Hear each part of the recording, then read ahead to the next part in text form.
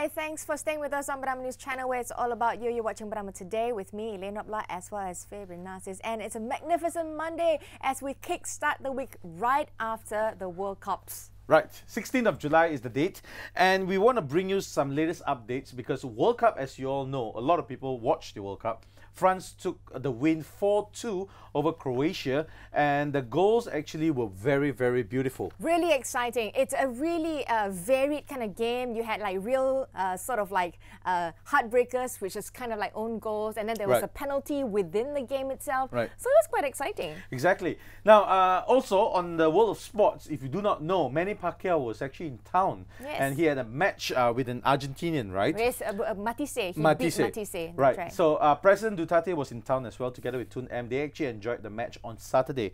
If you do not know, that was one of the most televised and biggest match in Malaysia. But it's of course covered by World Cup, where England lost to Belgium. But it was held at the Axiata Arena at Bukit Jalil. I think the crowds were there. The Filipinos were excited that Pacquiao actually great. You know, a lot of people saying, you're 39 years old, I don't think you're going to be able to do this. Right. But he proved everyone wrong. That is good. There we have some small visuals for you to see. This is Pacquiao's press conference, as well as some of his show off or trainings, I would say. Yeah, training sessions to showcase whether or not he's fit, and he was fit, and his Argentinian opponent had nothing on him. Let's go on to some local stories. When I read this news, I was a bit surprised, but Elaine reminded me that there was once the ringgit was 320 against the US dollar. And I was saying it's not too long ago. Right. So now there are some economists out there being very optimistic to say that ringgit can go down to as low as 2 ringgit 50 cents per US dollar. That's right. They're targeting that the ringgit is expected to strengthen over the US dollar in the next 2 to 5 years, supported by trade surplus and government efforts to ensure steady economic growth. This is Afin Huang Asset Management Berhad, Managing Director Teng Chi Wai, who said currently the ringgit is among the currencies that are performing well against regional currencies, as Malaysia still has a huge trade surplus. Now, commenting further, Teng said that to ensure the ringgit strengthens in the future, the government should prioritize on foreign direct investments, or FDI, and if the government continues to reassure foreign investors, the ringgit will receive a positive impact and continue to strengthen. Right. This is according to one of the industry experts, I would say. So that'd be overall good news for imports and exports in terms of food, especially food security, because we import a lot of our food. Correct. And I asked you earlier on, right, well, during makeup, that do you see any changes in the events? I see that there's been retail upticks in terms of sales. Definitely, I think a lot of cars have been like booming. Car sales has been crazy. So that's good. So eventually, I think the economy will pick up along with it. And this is the reason, because zero GST implemented from 16th of May earlier on, right? So who are the winners and losers on the after a month of zero GST? How has the new policy of not collecting GST affected Malaysian business and consumers after 30 days? We take a quick look at this. Right. Here, the Malay Mail brings you the list of those who benefited the most and those who somehow missed the benefits based on checks with industry players. So, car dealers, biggest winner, Dato' Aisyah Ahmad, president of the MAA, Malaysian Automotive Association, he said that because of the zero GST, car prices were cheaper. They are roughly ranged about 6,000 to 9,000 ringgit cheaper. Those who are above 500,000 will see a huge boon. A huge boon, and that's the reason why car sales right now, if you walk into any brand showroom, try booking a car and getting it next week. Your wait list will be like 4 months, 4 months next. Yes. So the thing is, the people that are enjoying the zero rated GST are people who actually ordered on or during April, May, before the announcement of the zero GST. So it's rewarding those who have already committed earlier. Yes, correct. But in terms of other players who may have seen some, changes. Yes. A mixed bag is retail. Not everyone's a winner. So the Retail Group Malaysia Managing Director Tan Hai Sin, whose reports are based on surveys of Malaysia Retailers Association members, said the zero-rated GST did help to improve retail sales, but said this depended on the type of business. So not everybody was a winner. Correct. Now, we're moving on to our international stories. Let's take a look at Syria. So Syrian troops and residents of Ain Terma, just outside the capital of Damascus, joined crowds across the world to watch the World Cup final. Now, most of them had their hopes pinned on Croatia to win, however. France took out the match, beating the Croats 4-2. Ain Terma is located next to the rebel city of Douma, which was in April allegedly hit by a chemical attack in which dozens of civilians were killed. No, I can simply say this, you know, sports just cuts across anything, whether it's race, religion, creed, whether it's you're in turmoil, and you can see war-torn countries, despite all that, the conditions that they're in, they are still, you know, hardcore fans. They want to watch their heroes win the World Cup. Right. If you, well, it's not here on YouTube. What I watched was, you know, in Philippines, they have a lot of slums, and the people that are actually living in the slums don't have electricity and water, obviously. Now, they actually go and stand nearby to restaurants that actually broadcast live matches to watch the France versus Croatia game. I saw that video. Yeah, it was an amateur video, roughly taken by people, the Filipino people. So everybody, like what Elaine said, I actually am with you on this. It brings everyone together. It's a reminder how sports cuts across barriers and how it brings people together, and how important it is for us to stay connected through sports as well, because it's one of those things that you then you know, put aside all your differences and you come together as one. Right. Okay, later on, I'll be talking to a super fan, I would say, Nikhil Michael, and he's actually a football enthusiast. He'll be coming in to speak to me as a super fan a little bit about football. We're gonna try to pick his brain about football, because you see, football is it's a game that's most watched in the world. Yes. You know that, right? Yeah. EPL is the most marketed and one of the best marketed events in the world as well. We're gonna take a break, and when we come back, we're gonna go into a little bit of details, some golden boot and all those kind of things with Nikhil Michael. Stay tuned after the break. We'll be right back.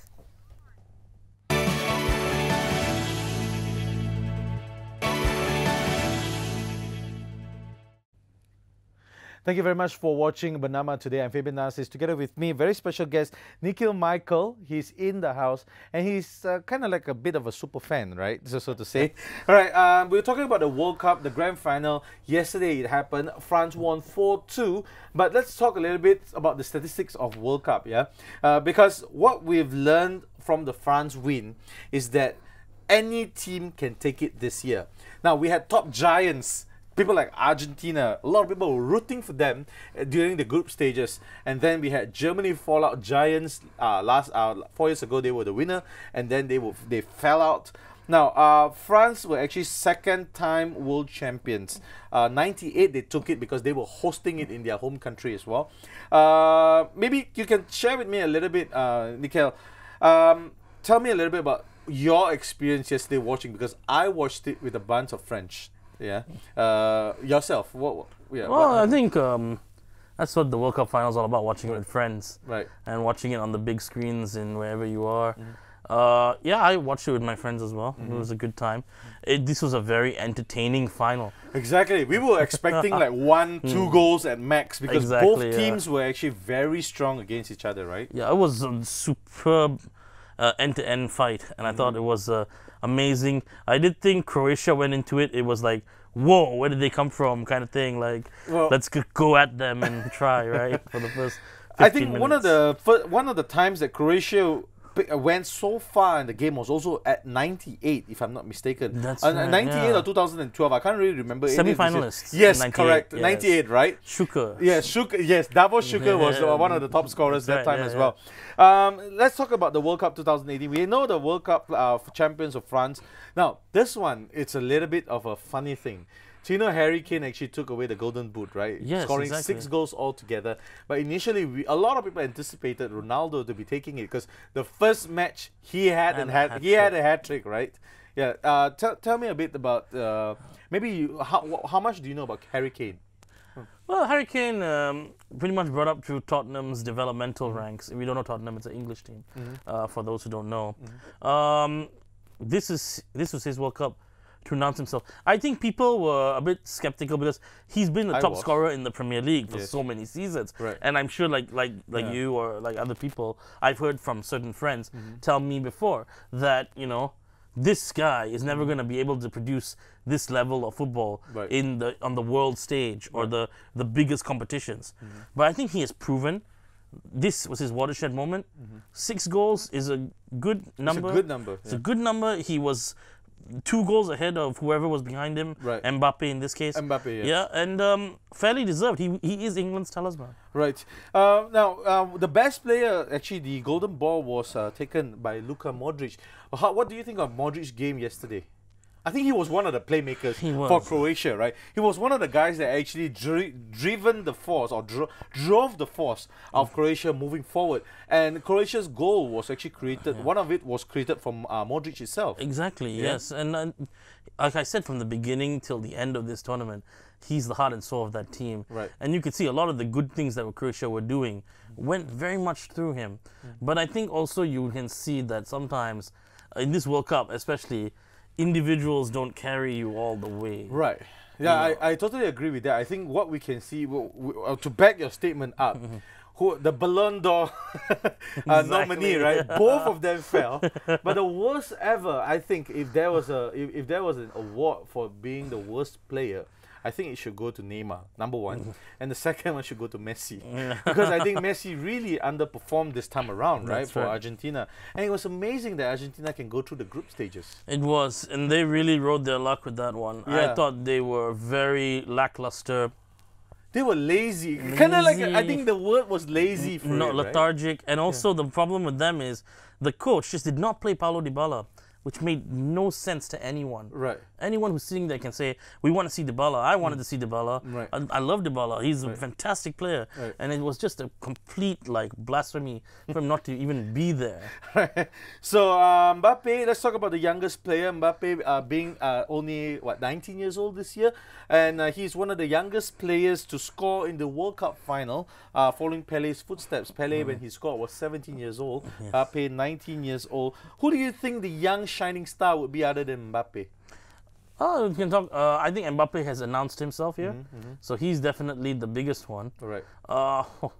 This has been that kind of World Cup. It's been hard to There's exactly not pinpoint. actually one player that actually stood out for this World Cup, right? Exactly, Like, earlier, when, 4 years ago, we had Klose being a player that, is helping Germany drive through their strike force and moving forward, right? But now, this year around, we don't really see anyone. Even the French team, it was a group effort instead of being one person. Yes. Last time, 98, you had Zidane powering the midfield for them to win. Exactly, and Brazil, you had the forward line of Ronaldo. Right. So that was the thing that was very different. Right. I think what you can say this time around is a player, maybe like little less known players, shown in this tournament. If I was going to say someone like, for example, the goalkeeper from Korea. In the last game against Germany, produced a fantastic performance that kept Germany out of the goal, and Korea went on to win that game 2-0. Right. Now, he had a good tournament. Unfortunately, their team didn't make it. Yeah, and I think another team that actually is worth mentioning would be Japan. Yeah. Japan went through the group stages, which was exactly a surprising thing, right? That was the group of death. Yeah, group. But there was no, I thought that England as well went through with a lot of luck. Right? Yeah. There was a joke going around the internet. I don't know about you, but they said that France brought home the World Cup in just 8 years, right? 98, and then you have two times. Now look at England. They said that the cup's coming home for 66 years and it's still not back, right? Still not there. But what do you think about England's luck? They kind of ran out of steam on the second half, and this has been a typical England all this time around, right? England flattered to deceive a lot of times, but I will say, like I said earlier for them, this tournament is good. I mean, it's good for them. They beat everyone that was put against them. They played very badly, I thought, against Belgium in the third place match, and also against Croatia in the second half. Right. And that was when you can see the frailness of it. Yeah. That was when you saw it. But I think they're young. You can build on it. Let's see if they build on it. Right. Because that's the thing that's always hopeful for England, right? Right. You're always hoping. They're always hoping. to And the next thing is 2020, where they see the Europe, the Euros. Yes, that's the biggest European tournament ever, yeah. right? Now, we move away a little bit from the pitch and we go to the fans itself, right? This year, there's no bad behavior, but we all knew that when France won the game, a lot of street parties actually happened. Yeah. But let's talk a little bit about the Japanese fans, because I don't know if you saw the video. Actually, I did see that video. You did see that video. Yeah. What do you think about Japanese fans? Because Japanese fans, we also played the video on TV, where after the match, they actually picked up rubbish from the stadium. Yes. Interestingly enough, the Japanese fans did that, and then the Senegal fans followed suit, doing the exact same thing. And I think that they cleaned up everything. They spoke to the media after their game where they lost to Belgium, and it just shows the kind of lessons we should be taking away from this sort of thing. You know, what football really is all about. Right. You know, humility, fair play. You know, and also a sense of responsibility. You know, and a sense of real pride in themselves to be able to respect themselves that much to take the time and effort to clean up an entire stadium. It's just a great show of goodwill and fair play all on our parts. Right. Now, you know football, they say it's the beautiful game, right? And what the Japanese has done, or the Senegalese has done, actually enhancing the term, the beautiful game. As we all know, not only it brings people together, but it also highlights people's attitude and people's approach towards the game, especially the Japanese. As you can see, their locker rooms were fully clean even after they lost. No cheating, no spitting, no insult from the Japanese players. And they were very, I would say, modest during the pitch. They had a tough fight, but they were still modest, right? And this is something where this video is trying to show that we should take them as steps, you know, As an example. Example, right? I think in the recent tournament in the Piala FA in Malaysia, our youth minister, Syed Sadiq, was taking an example from the Japanese and was cleaning up the stadium after the match. Oh, I see. So he was doing something like that as well. And I think this is good. It's a good thing. We all should follow suit. Right. This is also the first time that the VAR, Visual Assisted Refereeing, actually came up on board this particular tournament. What do you think about it? So you see, the VAR was actually tested in the FA Cup, for Correct. those who don't know. Yeah. And the FA Cup is an English competition. And from there were so many problems with it. Correct. Weird timing, slowed the flow of the game.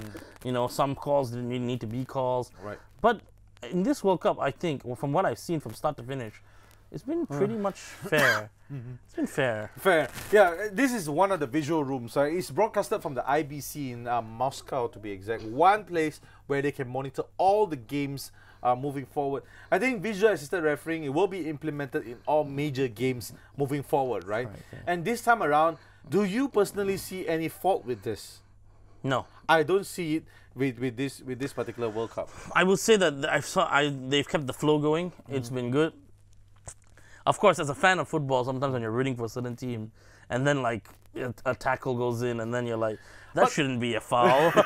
What's going on? But you know, it's the angle most of the time, That's right? right, Like even yesterday, yeah. the penalty, it was the angle that was there. The legs were clipped, if not. You know, the funny thing is, no matter what anyone says, no matter what VAR says or videos or referees can say whatever, today morning I still have people saying never a penalty, never a penalty. You know, that kind of thing. So you can't please, and you can't. Look, even though it's never a penalty, it's 3-2. Right? True, they true. scored 2 goals within a matter of minutes, right? And it was really a fantastic game altogether. And then Croatia, they were trying their level best to come back, right? Yes. Let's talk a little bit about the fallen giants. We have 4 teams that really disappointed the fans. I think it kept a lot of people from not watching the semi-finals and gearing up to the finals, right? Or the quarterfinals, because I, for one, stopped watching the quarterfinals because guys After all like the Germany were so disappointing. Brazil, Argentina, Spain's still all right. But really, the one that's most disappointing, if I could pick, is Argentina. What about you? I agree with all 4 of those. I think all 4 of those disappointed this year.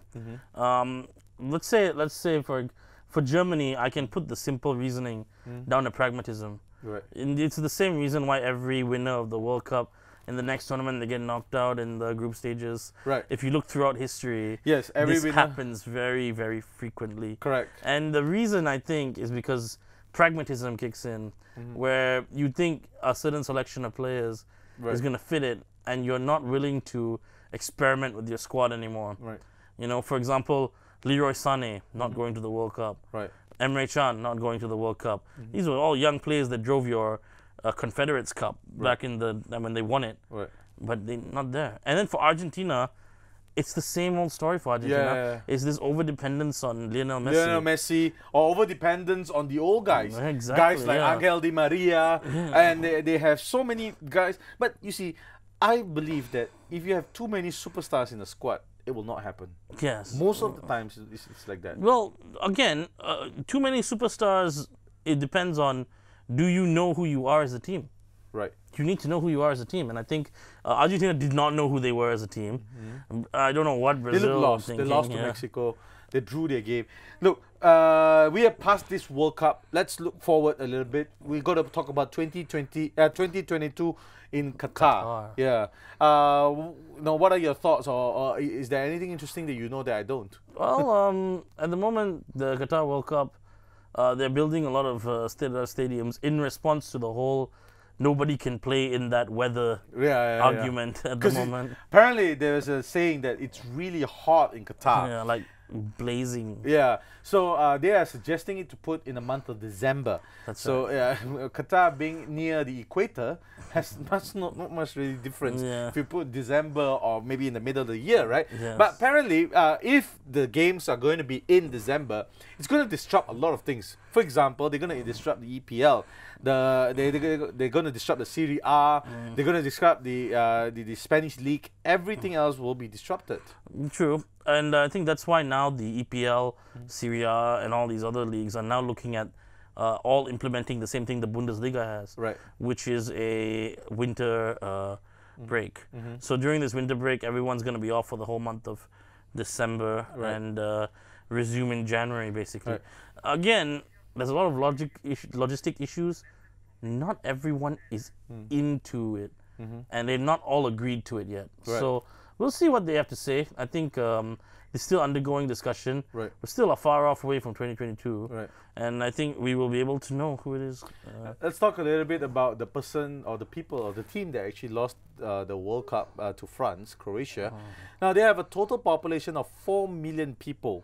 From there, they found 16, 17 people to form up a team. Oh, sorry, 22. 22. Yeah, 22 plus the goal. I forgot about the goalkeeper and all those things, right? It's okay. Yeah. So 4 million versus 22. We've got 31, 32 million people, Malaysians. How? I know it's a far shot to be comparing Malaysia versus Croatia, but taking away from a small country, right? What do you think the lessons we can learn from Croatia? I think you need to look at the makeup of this squad. A majority of the players in this squad were all refugees or people who had undergone severe trauma at a young age from the wars going on in that region. And a lot of Dejan Lovren and Luka Modric all had braved through that experience to become who they are. Little known fact, the other day in the ASEAN tournament, the ASEAN Under-19 tournament, our Malaysian team won. So congratulations to Harimau Malaya. We did so well there. And the Under-19 team is coached by a Croatian, Bojan Hodak. And Bojan Hodak is a Croatian guy, and he spoke a lot about who and what Croatia is all about. And you can see they underwent those tribulations and they made it. I see. All right, we're going to wrap the show up. Thank you very much, Shakil, for being on the show and sharing us a little bit about what you think about Croatia and all the football madness month that actually we all went through. Stay tuned because we have the news updates right here on BERNAMA News Channel.